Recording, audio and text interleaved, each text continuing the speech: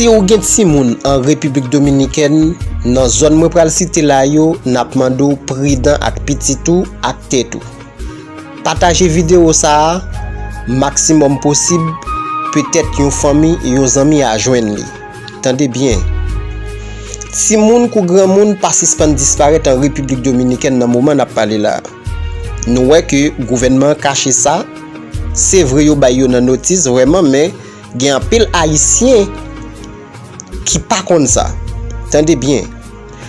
Nous gagnons Mendoza. Nous gagnons Bani. Nous gagnons Frisa dans zone Barbaro Punta Cana. Nous gagnons Bijameya dans nord Santo Domingo. Nous gagnons San Pedro de Macorís.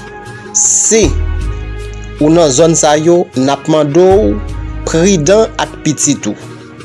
Tendez bien ça m'bral di nou. Moi di nou si nous dans zone sa yo prudent avec petit nous parce que en pile ti moun ap disparaître en République Dominicaine, yo pas gen contrôle situation ou même qui haïtien qui vient en République Dominicaine, prudent.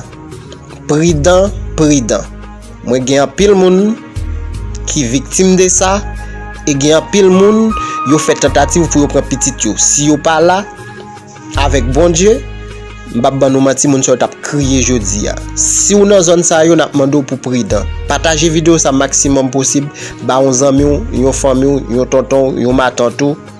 Peut-être petite pal la sauver.